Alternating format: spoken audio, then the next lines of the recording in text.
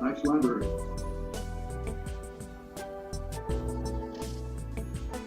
Hello, Jeff. Hello, Paul.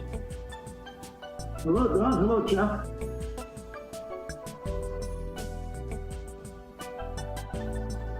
Here. Hey, Paul. Oh, there we go. Hey, there you go, Jeff. How are you, Jeff? Good. Good to see you. Hi, Ken. Hello, Don.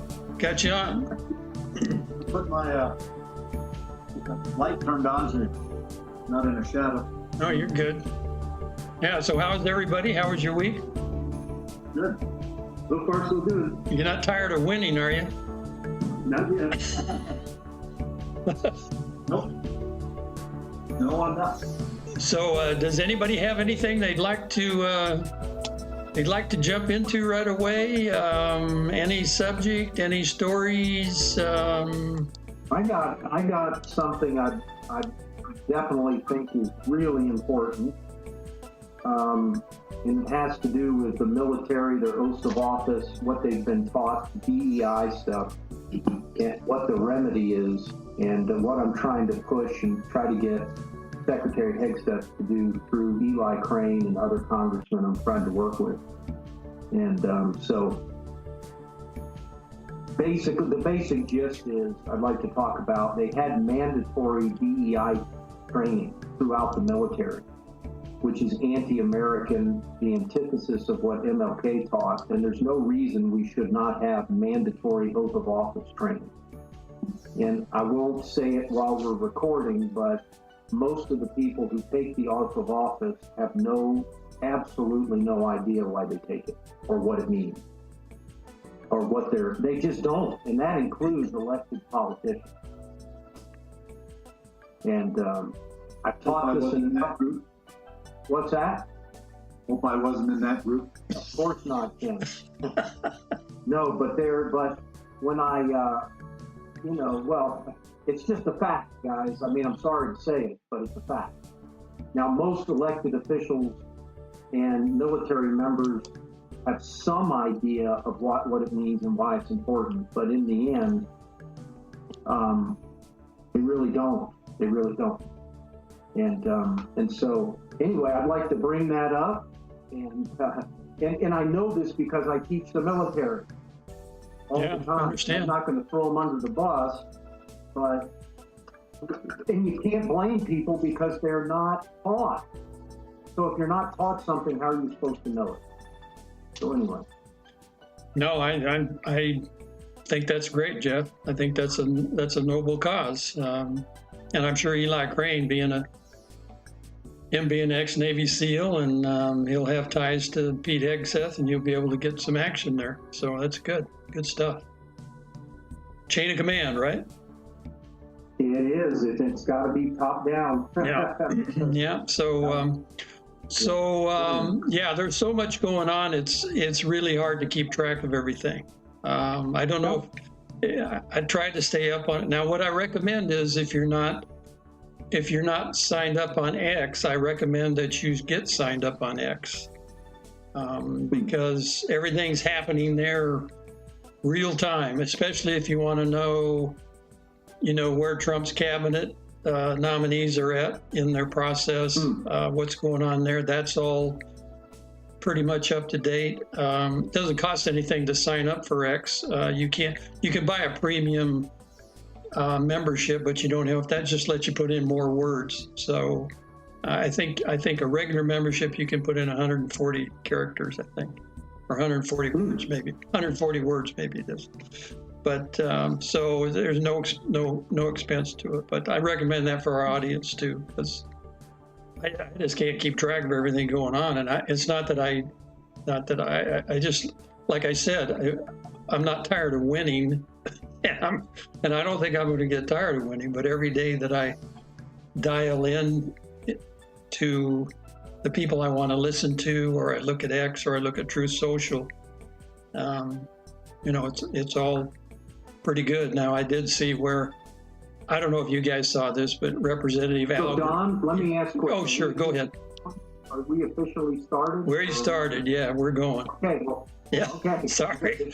Yeah, we're off and running. That's the case, I want to circle back around to my thing, but go on. So Oh, no, okay. I was just going to say this little tidbit that Al Green, who I don't know where he's a representative from, that I don't know if you guys heard, he filed impeachment charges against Trump for dastardly deeds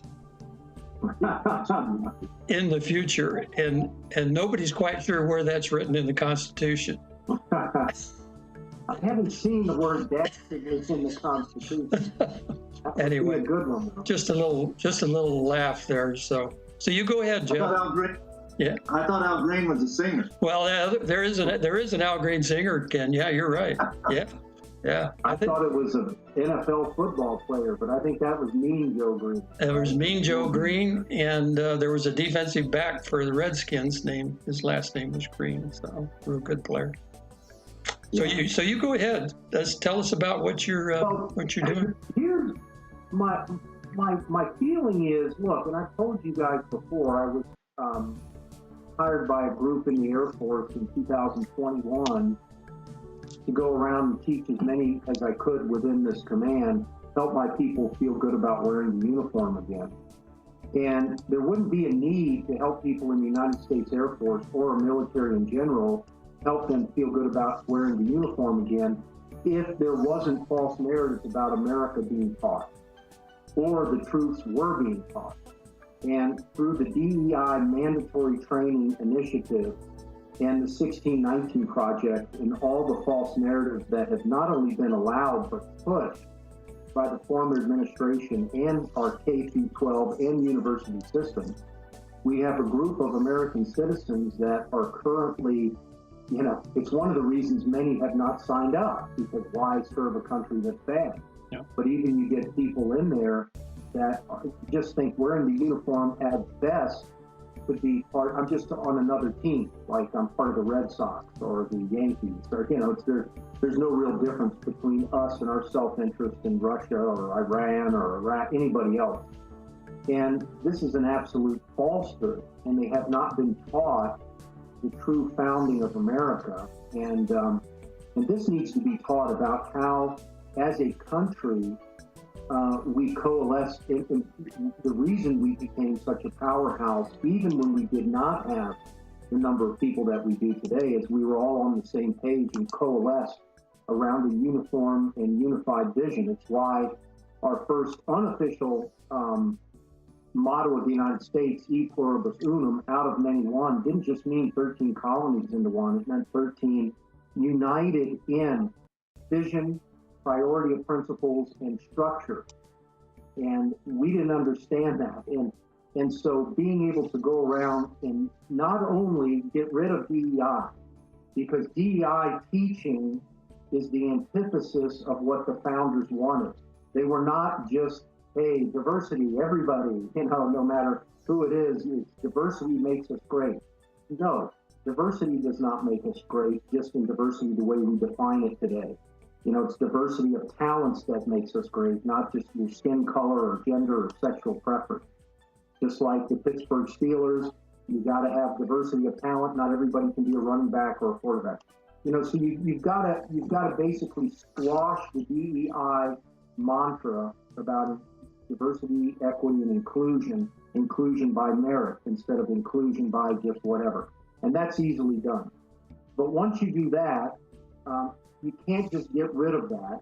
You've got to be able to teach the alternative, and that's the Constitution and the oath and what it means. And so to get into the Constitution and understand why we have it, you need to get into the founding era and how we became American and the colonial mindset and how the colonial mindset eventually became the American mindset and how that changed. And the beliefs of we used to believe we were subject to a king and could be appointed governors and told what our land rights are and who we're going to, ship with and our trade routes, all those things. And to know we don't no longer believe in kings. We do believe all men are created equal. So our priorities changed, our whys changed, our vision changed, and all that needed to be protected by a structure. And that structure was the Constitution. And as Lincoln said, the Declaration of Independence was how he made every political decision he ever made in his lifetime. And the relationship between the Constitution and Declaration of Independence, he actually said it reversed. The Declaration and the Constitution, so the Declaration came first, is it's like an apple of gold surrounded by a frame of silver. And the latter is for the first, not the first for the latter. In other words, the Constitution was framed as the structure to protect the ideals and values and principles we hold dear in the Declaration, not the other way around. And the reason that we swear an oath, and I'm going very quickly on this, is the structure we all compromised and agreed to that would most likely protect those values we hold dear in the Declaration. And so these things can be taught in an hour, they can be taught in a week. I've done both. It depends how deep in the weeds you want to go. And then how far we come. And there's a great talk, if the audience wants to read it, in Calvin Coolidge's sesquicentennial speech on the Declaration. So that was in 1926. And he talked about the chicken and the egg. The reason we became great was because of the ideals of the Declaration. And if we lose those ideals, we're going to lose our greatness. And so if you go through those ideals and see how far we've slipped from those, and with that we don't hold sacred, because we used to call it American Scripture or the American Creed, those ideals. As we don't hold those dear, then we're going to lose the greatness that we've gotten. And we're great because we hold close to these ideals. And we used to all believe them. But when you go through them, I know that about half the country no longer holds those ideals sacred. And so, anyway, that's kind of me going on a quick rant. So, no, that's great, Jeff. Here's the oath of enlistment for the military. And of course, it's a little bit different between enlisted and officers. Now, I know when I went in the Air Force, I was sworn in before I was bused to basic training. Before we even traveled, we were sworn in as a group. How about you, Paul? Yeah, I got sworn in New Orleans, the old customs house. Yeah. And then to Fort Polk, Louisiana, where my bishop said if they were going to give the world an enema, that's where they put the tomb. So the oath says, I do solemnly swear or affirm that I will support and defend the Constitution of the United States against all enemies, foreign and domestic, that I will bear true faith and allegiance to the same, and I will obey the orders of the President of the United States and the orders of the officers appointed over me according to regulations in the Uniform Code of Military Justice. So help me God. Okay, so my question is, if you don't know what the Constitution is, how it was formed, the compromises made to form it, if you don't understand, how it is the castle, the wall, the structure, that's only a paper parchment, a parchment barrier, as many may say, unless we hold it sacred. How are you going to protect and defend it? Right. You got to understand it to protect it and defend it. Well, if you don't know the structure of what makes it strong and what would undermine that strength, any combination, that's not in the Constitution of the three, branches of government, but, not only legislative, executive, judicial, but split federally, the federal system between federal, state, locals, and those things. If you don't understand that and how we're supposed to be a layer cake government instead of a marble cake, where everybody's falling all over each other, there's a lot of those principles that I think if our members understood, but not just the barrier and why it's set up and what are the signs of what's being beaten down, but what it's protecting. What is the apple of gold in the middle that it's protecting? Because if you don't understand what it's protecting, you lose focus of why it's important to preserve. And Lincoln had it right in his Lyceum speech. So if I was going to teach this class, the Lincoln's Lyceum speech would certainly be, required reading because he explains why it's so important and what happens when it's not adhered to. Calvin Coolidge's speech, of course, Patrick Henry's speech. You can get a few of these, just, unbelievable American speeches from our leaders to really understand what that oath of office means. And the number of people that get it, and I hate to be judgmental, but I am being, because I've taught it, know this as a fact, are very minimal. Jeff, there's something that's deeper maybe even than that was brought up by some of our founders, and that is you have to be a person who believes in a God and an afterlife. And the God will punish you if you swear to him to do something and don't do it. And this is why it's so difficult for me to allow Muslims who swear an oath to God to follow the Constitution because of the Islamic ability of taqiyya, where they are allowed to lie to further Islam. And this is important because if you don't believe that there is a punishment in the afterlife for violating your oath, then what does it mean to you? It's just raise your hand and get a paycheck. And that's, I think, what most people see it as right now. I don't know as much about the Muslim faith, but I do know extremists hold that. I don't know if that's universal or not, Paul. But I do espouse that you cannot be a communist or socialist. You cannot be. And raise your arm to the square and affirm an oath to allegiance to the Constitution with any degree of sincerity. You cannot do it because the Constitution is to protect the values that's set forth in the Declaration of Independence. And you cannot be a communist or socialist and agree with the second paragraph of the Declaration of Independence. You can't. It's not possible. So I totally agree with communists or socialists. And I have to believe, Paul, you could be right, but I have to believe there are some, some Muslims that believe that if they swear the oath, they're bound by it. But I just don't know as much about that. Well, what you have to understand is that when you swear an oath to God, you're putting the Constitution ahead of the Quran, because that's where you must write Allah first, and Allah is the author, if you will, of the Quran. And if you swear an oath to the Constitution, then you can't be swearing an oath to the Quran. So that's one of the big things there.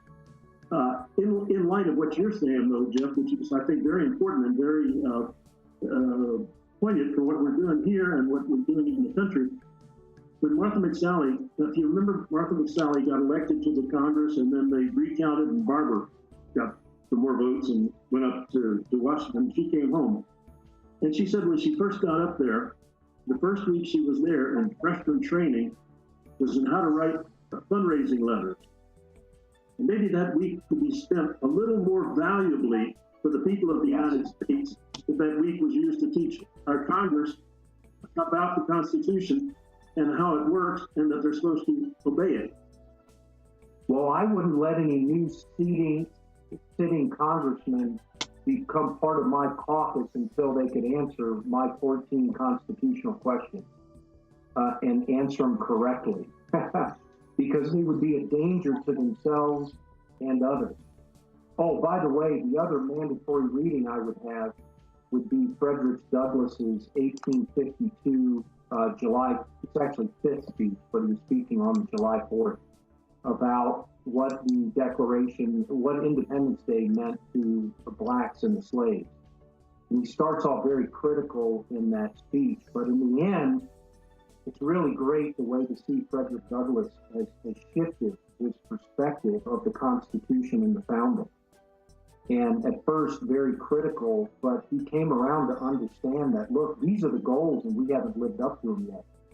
Even in 1852, This is really important when we're teaching a very diverse group to understand. In 1852, I mean, that was at the height of the slave power, okay? And, or just after the height, is probably just a decent thing. But he was very hopeful of the new age of that. Look, you can try to shut down truth, but it's going to get out. In this new age of technology and how we have, you know, the spread of things from ocean to ocean. And he was very confident that the founder's vision of equality for all would eventually triumph. And he also was very definitive in stating that the Constitution was a liberty document and not a slave document. And this is not taught today. You know, we hear all these, you know, why isn't that taught? Why isn't Booker T. Washington's opinions taught? And we just don't hear them today.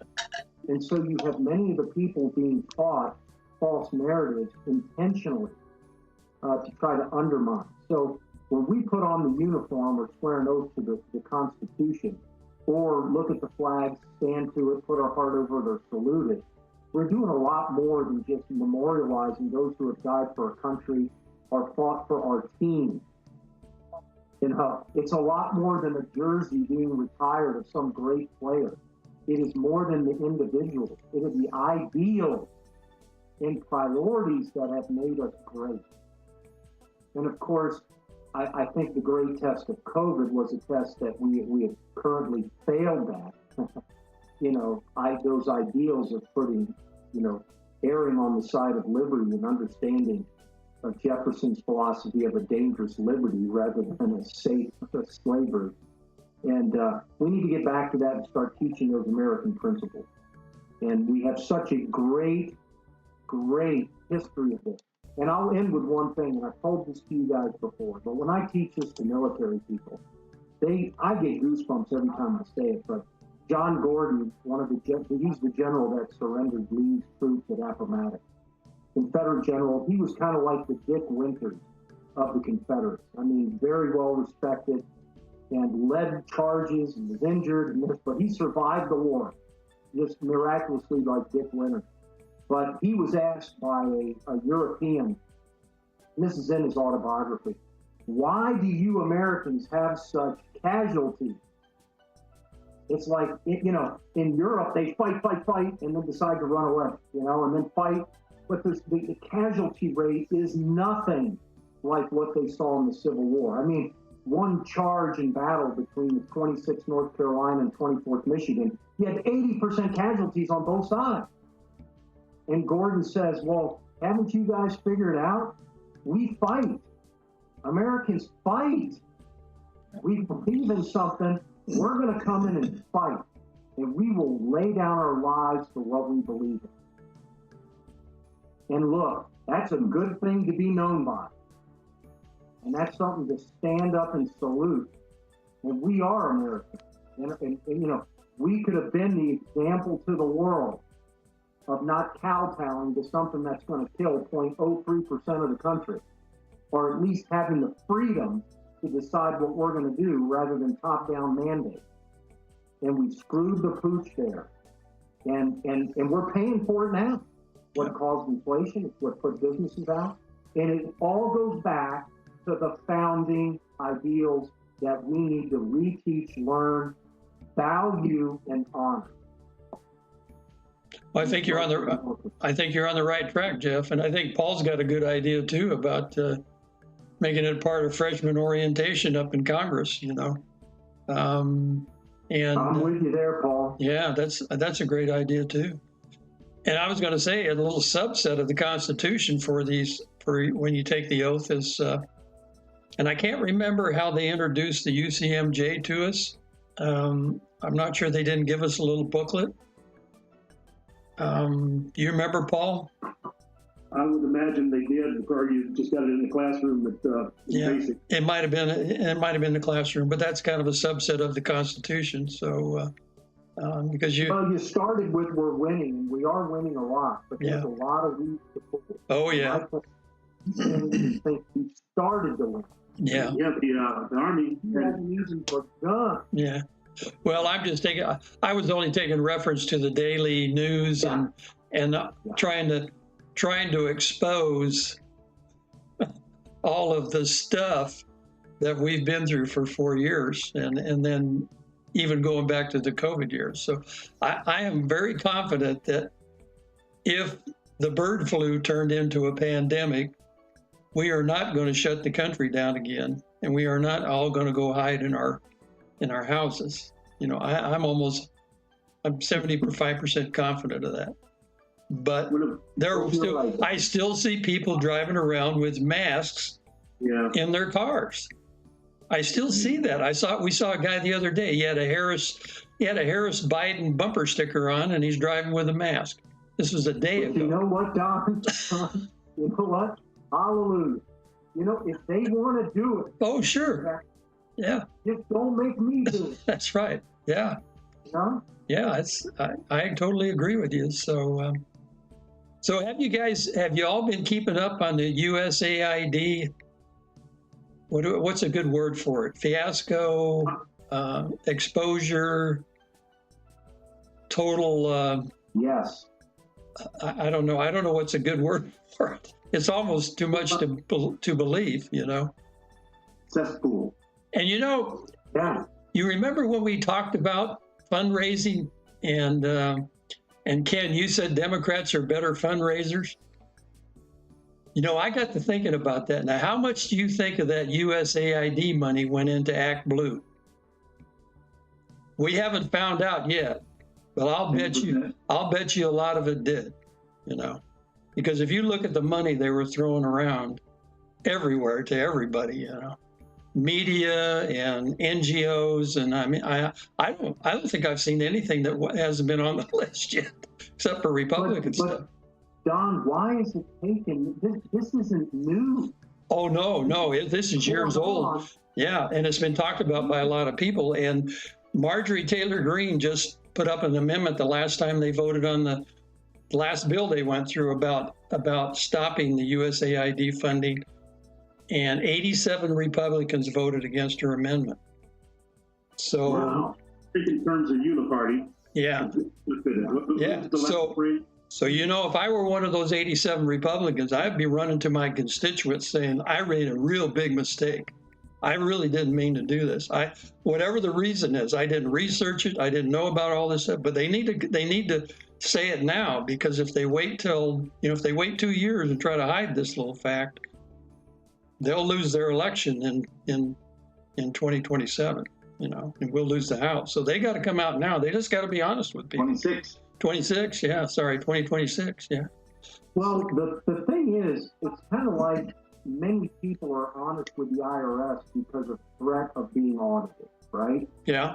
And it doesn't mean we have to go to every single, department, which I hope we do, by the way. Okay, so all of them should be audited. Sounds like they're going that way. I hope so. But if we audit one with extreme detail, like we're looking under every finger of where it is and where it's been for 20 years, and we're going to find out.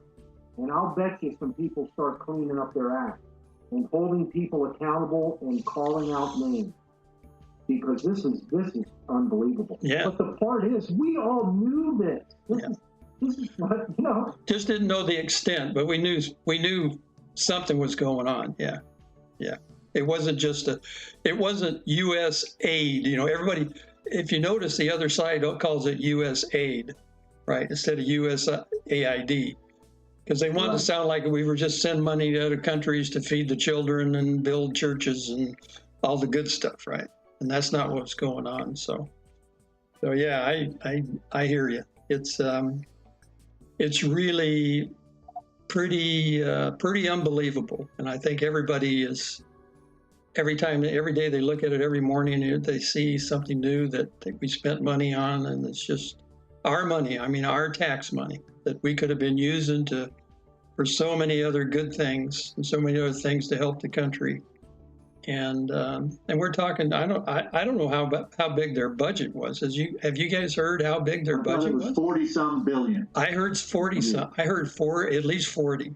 But yeah. I mean, that's, But, you know, Trump has really learned, kind of like in the NFL, you know, if you have those quick offenses, you just keep the other guy off balance. yeah. And the Democrats were doing that to the Republican side, and we didn't know how to react. We did not have a few quick reaction for us. And the thing is, he's taken that lesson and times it by 10. Oh, yeah, yeah. You know, I don't know if you guys pay any attention to Dan Bongino or watch him at all, or maybe I not. listened to it this morning. Okay, but Listen to him every day. his theory is Rock'em Sock'em Robots. You remember that game? Yeah. He had the two robots.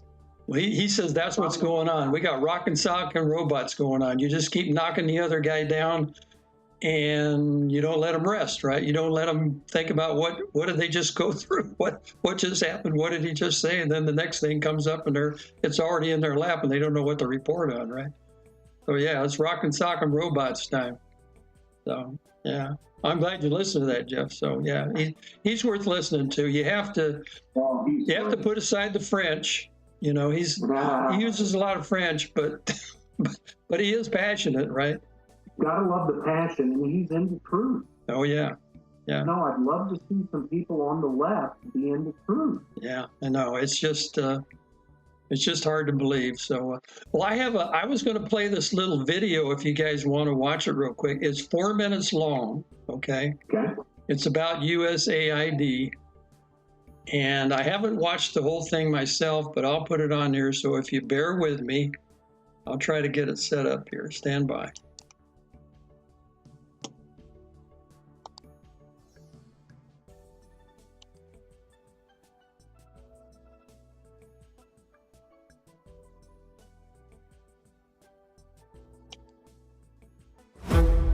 It was USAID.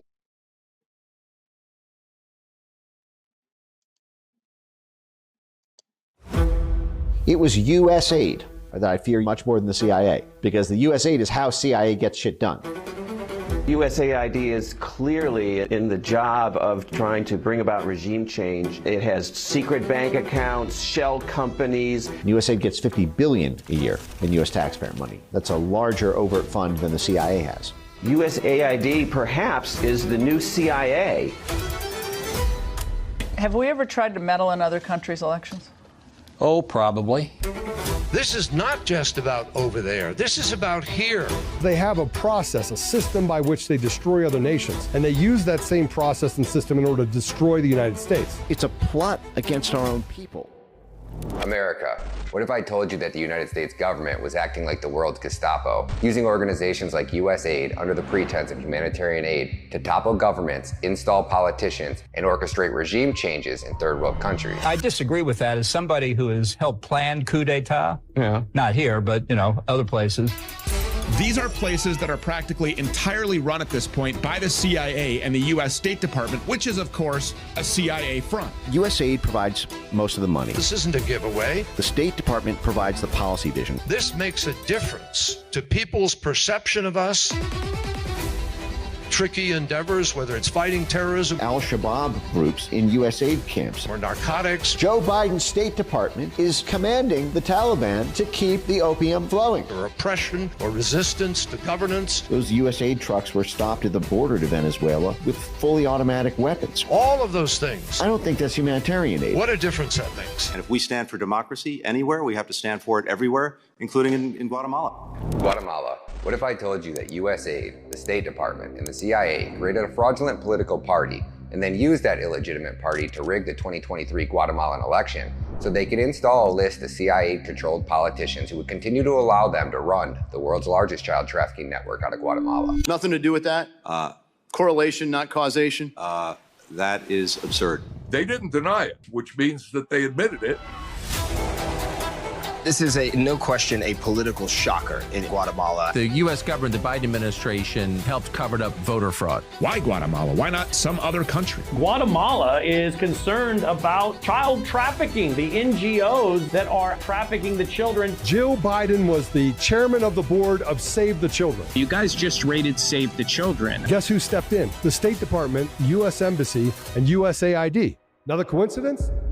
America. What if I told you that DHS, under the direct orders of Alejandro Mayorkas, would create a public-private partnership with Mexican cartels, and that HHS, under the direct orders of Xavier Becerra, would create a public-private partnership with NGOs like Save the Children and Southwest Key Programs. And in this quasi-public-private partnership, they would use your tax dollars to fund the world's largest international child trafficking operation. As to whom we know where they are, that is outside the responsibility of the Department of Homeland Security. This is nothing but lies. Nothing but lies.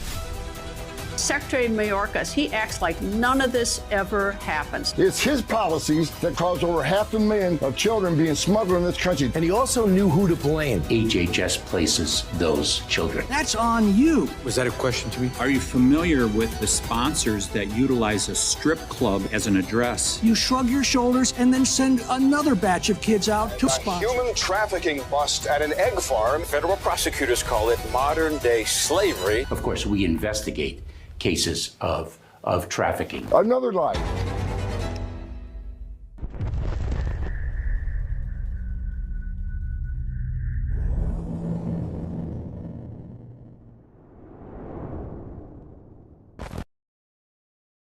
Countries, you know, to stir up the people, to get in protesters, to, you know, they basically used it to overturn Ukraine in 2014. Yeah. And they recently have tried it in Georgia and Romania.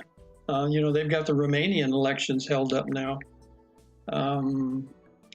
The courts claimed in Romania because of Russian interference, so they discounted the election they just had, where they elected a conservative guy.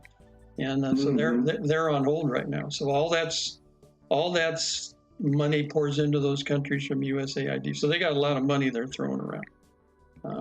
But to list it all and talk about it all, it's just, and the media, Politico had to stop paying their people because they're not, you know, it was cut off.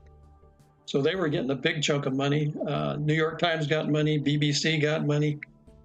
I don't know, it's just. All part of the gravy train. Yeah. I mean, yeah. And there's a kind of a connection back to the first impeachment of Trump, where some of that money might have been involved in stirring all that up. So we'll see. More is going to come out every day, and I do think, Jeff and Ken and Paul, that Elon Musk is his plan is to audit every part of the government eventually. I love it. Yeah, and as far as I know, and Ken, you majored in accounting, right? Have you heard of zero-based budgeting? Sure. Yeah. Well, that's kind of the theme they're using to go through the books, which I hear is a kind of a corporate standard. When you want to go through your books as a corporation, you use. Well, zero-based budgeting is the opposite of starting with last year's budget and moving it up or down from there. Zero-based budgeting is simply saying you start with, you don't assume that any spending that you're doing is needed or authorized or whatever. Right. You identify how much money you have in your budget, and then you scrutinize every dollar from dollar one, and you kind of rebuild your budget from zero every year. Whereas most governments, including Arizona, most corporations, I mean, I'm on the board of a family business, and we have a board. Most governments, you build next year's budget based on additions or subtractions, usually addition, to this year's budget. And so the base is this year, and then you're making additions or subtractions from there. Zero base says no. If we were starting this government from $1, what would we spend $1 on, and 2 and 3? And so it's zero base rather than last year's budget base. That's wonderful. Yeah. That's what we need to do. Yeah. Yeah, that's what I hear is going to be the norm for all. Last year, this is last year, it's at 2% across the board. It's still right here. That way you don't have to. The federal government was renowned for taking last year's budget, assuming a percentage increase, and it wasn't 2, it was usually 6 or 8 or whatever. Yeah. And that was the base. And then, if you dared to suggest that we would not start 6 or 8% above last year, you were cutting the budget. Yeah. You were a scoundrel because, you know, if you were suggesting that we would, you know, only go up from this year's budget to 6% more next year, and they thought the base should be 8%, you would be accused of cutting the budget by 2%, when in fact they were getting a 6% increase instead of 8. Yeah, and that's where the old use it or lose it comes in. If you don't put a budget by the end of the fiscal year, then your percentage increase comes back to what you actually spent instead of what your budget was. And so, and how many of us that own our own businesses do with that? Nobody. Nobody. I never did a budget when I had my own business. I just took the money as it came in and enjoyed life. There you go, Paul. It was a small business. It was a small business, right, Paul? Oh, it was just me. Me and my airplane. Yeah. Well, I think well that's what I heard. I heard they're going to use zero-based budgeting philosophy to go through all these books now, and it's never been done at the government level. In practicality, you probably have to cycle. I mean, in Arizona, for example, we have an auditor general. It's one of the departments within the legislature, and we audit every state agency during the term of their existence. Now, it used to be most state agencies in Arizona used to get a 10-year authorization, if you want to call it that. And sometime during that 10 years, the auditor general will go in and audit that agency. So you're not being audited every year, but as Jeff kind of alluded to earlier, or maybe it's Paul, I don't remember, you don't have, or maybe it's Don, you don't have to be audited every year, or every person doesn't have to be audited for other people to realize that, hey, if John's getting audited, I better fill out my tax returns correctly because I could be. And so in Arizona, we don't audit every state agency every year, but we audit them once in their cycle of renewal. And so some agencies, if they keep their nose clean and everything goes fine and there's no problem, they'll get. Now the standard has kind of become 8 years because that's the term limits for a state legislator is 8 years. And it used to be 10, but a few years ago, some legislators kind of came up with the idea, well, if we're extending agencies for 10 years, there might be an agency that I never get to really look at in detail because I can only be here 8 years in a row. So then they cut it now to about 8 years is the standard. And now you're having a lot of state agencies looked at every 4, 5, or 6 years, so that if there was a problem with an agency and a legislator is in their first term, if they look at it again in 6 years, they'll get to see it before they leave the next time. Yeah. Got it. Okay. So I want to go back to the original subject because Jeff was talking about the Constitution and the oath of office for military people.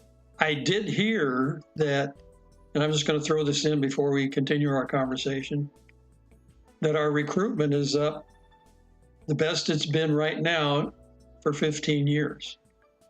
Yeah. Yes. So it jumped almost right after Trump was elected, and it's been going up.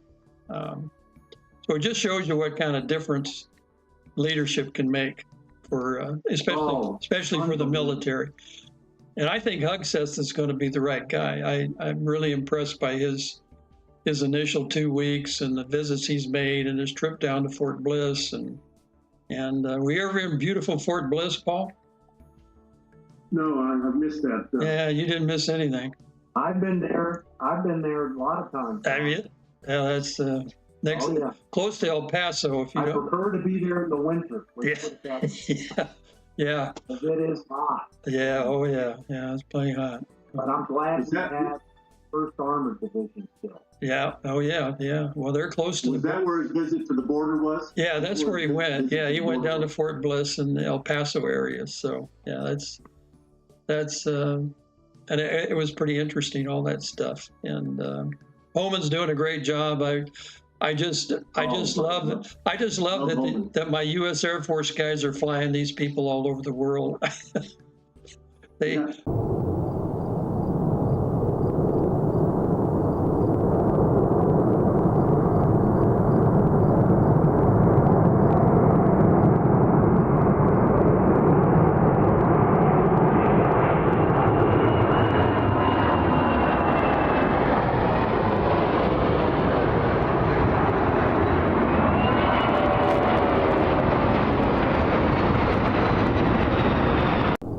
A favor, when you make these references, send me an email and I'll get them into the video summary so that people can look them up and chase them down. The books you mentioned, the articles you mentioned, Jeff, and that book, Paul, just send them to me before I release the video tomorrow, late tomorrow. I'll make sure it gets in the summary. I also always put in a link for Heirs of the Republic, Jeff, for you. So thank you, Don. Yeah. So anything else you guys want to put in there, send it to me, and I'll get it in there as a link or anything else. So I just wanted to mention that. So I'll try to send you a copy of like Lincoln's Lyceum speech and Calvin Coolidge's speech, and these are things that should be taught in American high schools and colleges. But when I go teach this, and I'm talking even to history professors, they don't study this stuff anymore. Yeah, I believe it. It's a real shame because we're intentionally kicking out, what we're doing. So I'm hoping that Paul, Ken, and Don, that we can all use whatever influence we have, because Eli Crane is a good friend. And I know some of the other congressmen here in Arizona and not many other places, but Eli was going to send Pete Hegseth a message about, we don't just need to stop DEI, we need to include a mandatory Constitution oath of office now. Yeah. And there's no reason we shouldn't. And I love the new administration and who Trump is appointing, because they are not apologetic in their beliefs. And if you've heard their interviews, like, oh my gosh, are you kidding? Are we really sending back? Yes, and we're going to send more. Are we really? Yeah. We're doing it. You really believe America's a great place? Yes, I do. Yeah. We're not apologizing for being Americans anymore. Yeah. We're not going to do the Obama world apology tour. And the gal that's speaking for the White House, isn't she fabulous? Yes. She's just incredible. You just get, it's like a magnet. You want to hear everything she's got to say because she lays it out there, man. So it's a couple of congressmen in Florida, Jeff, Corey Mills is one of the congressmen. He's ex Special Forces, and so we should get the word to him too. And then Mike Waltz was our congressman here, and he's up there with Trump now as the I don't know what they call him. I don't know what his title is, but he's right in his office. It wasn't a position that had to be confirmed. It's a what do I want to say? It's like a security advisor, national security advisor. Sure. Yeah, Mike Waltz. So we should get him the word too. I mean, you got a lot of high-powered guys in the administration. Look, I am happy to sit down with any of them in person or on the phone. Yeah. Go over just kind of an outline of what I would teach, and other people that would be good teachers of this. And there's no reason we can't create a curriculum that is true, that is accurate to history, that accepts where we've made mistakes, and that just really puts, look, if you're signing up to die for something, you better believe in it. Oh yeah, of course. That's all I gotta say. Get all congressmen to take the biblical citizenship course that they teach. That goes right back to the core. Yes. What our founding fathers were thinking when they wrote the Constitution, and why they use the Bible as a source for the Constitution 34% of the time, of all the sources they used to put the Constitution together. Very, there you go. Well, the whole thing never would have happened without Judeo-Christian values and our reliance on the scriptures. So that's very true.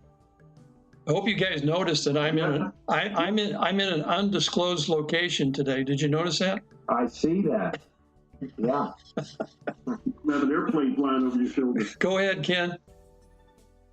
Well, I was going to ask Jeff. I don't know how well you know Congressman Crane, but he kind of hinted to me very strongly a couple of years ago that this was going to be his last term. He was really missing being at home with his daughters growing up. And I'm sure that, you know, that was a feeling that would have been very prevalent if you're serving right in the middle of the Biden presidency. Right. He might feel better about it now. Have you heard whether he's rethinking that, and is he going to go again? Because I will have a conversation with him because I love Eli. I've known him way before when he owned Bottle Breacher, and he is a SEAL. He never had my training. He's a West Coast guy. I do most of my training on the East Coast with the tactical swimming. But of course, we know a lot of people that know each other. So we, beforehand, and then we talk Constitution, and he's a true believer, man of faith, great person, and is one of I'm hoping will be many more that's there for the right reason.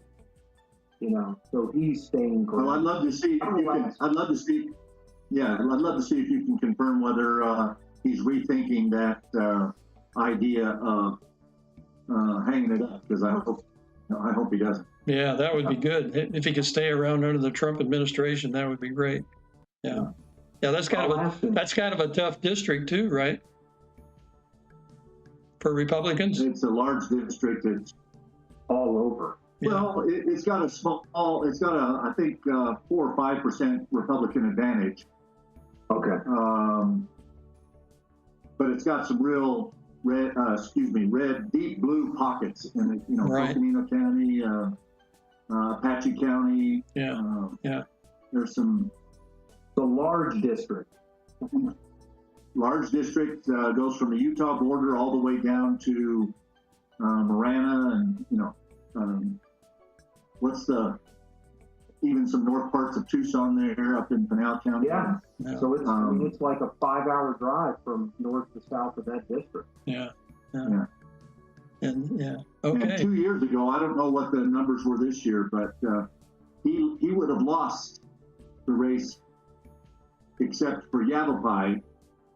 If you looked at the other 6 or 7 counties combined, he lost to O'Halloran, but Yavapai County, being in that district, more than gave him the margin of victory. That's Prescott, right? I didn't know.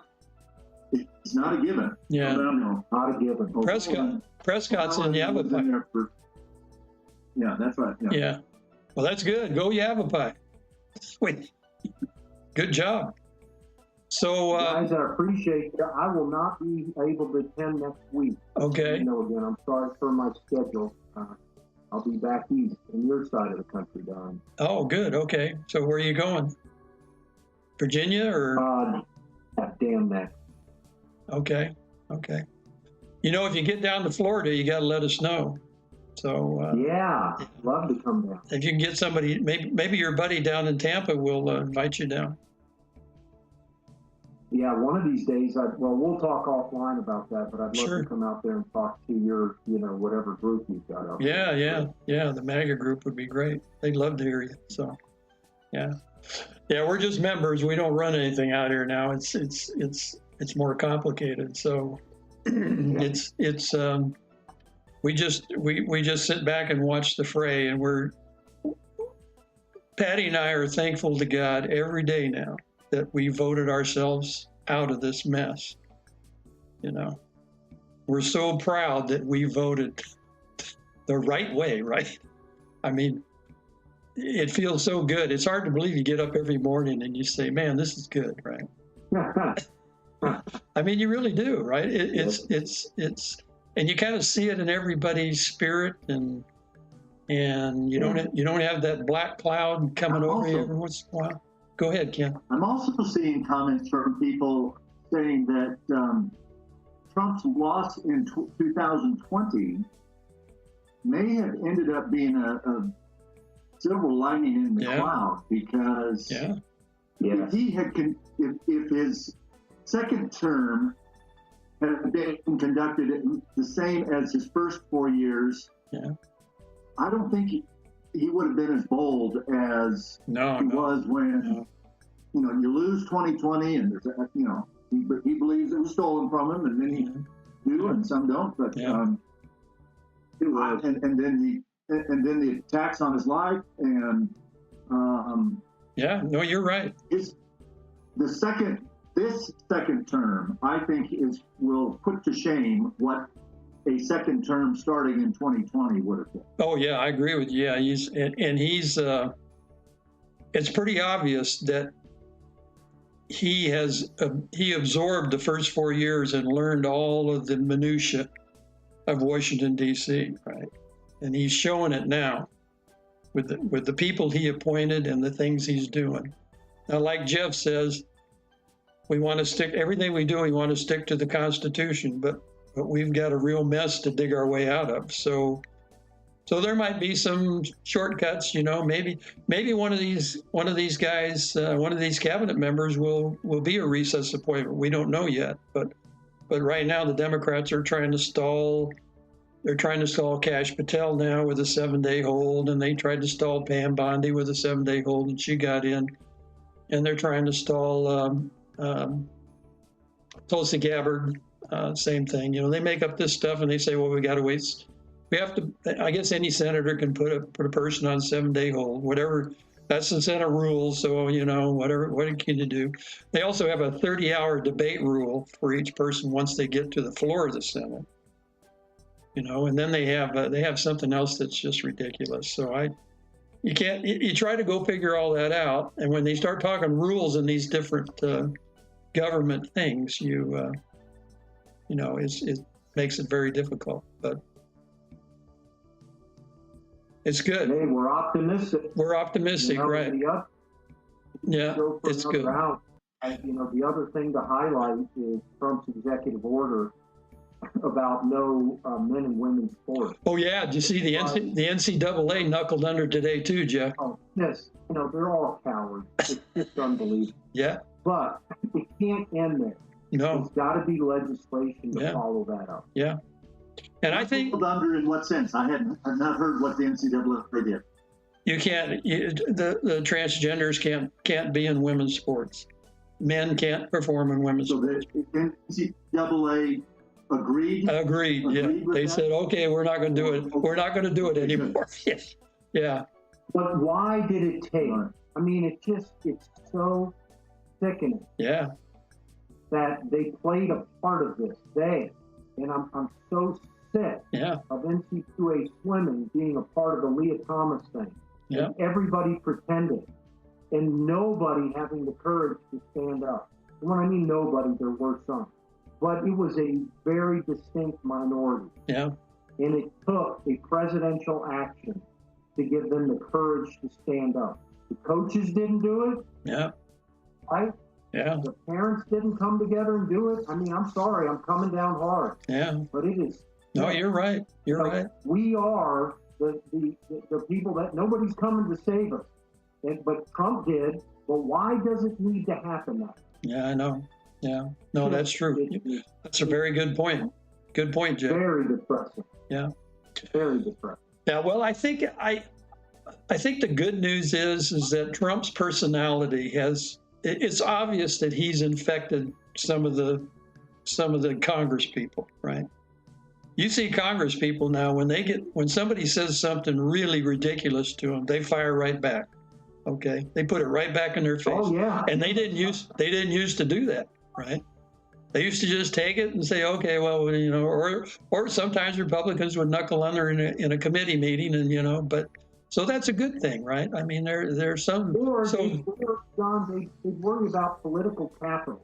Yeah. Like how much political capital do I have to spend? Right. And right now, Trump is using his political capital like Democrats print money. Yeah. In unending source. Okay? Yeah. And so it's the I think we could coin that right here. Yeah. The modern monetary theory, this is the modern political theory. Yeah. There is no end to political capital. Yeah. If you freaking keep the ball rolling downhill. Right. Okay? Everybody, you heard it here first. There you go. Modern political theory. Let's put that in writing, huh? Yes. Yeah, I like that. Okay? You keep the ball rolling. There's no, it's not, because our other politicians, okay, I got to be careful here. No, that's how they curve you in. That's right. So Dan Bongino's got the Rock'em Sock. Rock'em's Robots. Yeah. Not here. You got the modern political theory. There you go. And stick that in your pipe and smoke it. I wrote it down, so I'm going to put that in the summary tonight. So, okay, guys. Well, it's good to see all of you. I thank you for adapting to the time change. Sorry for the late notice, but we had to make a doctor happy. So, yeah. But next week, February 13th, I think is the date. We'll be on 3:30 time again, your time. So I hope you all could make it. Jeff's going to travel, so yeah. Back in 2 weeks, Jeff. Yes, I'll be back in 2 weeks. Yeah, I think Zach had another procedure this week, so we should be able to get Zach on next week, and we can really get into some of the border stuff. So anyway, thank you all very much. Did a good job. Nice talking to you. Good seeing everybody. Thanks everybody. Don't forget to subscribe and like, and we'll see you all next week from 4 Men in America.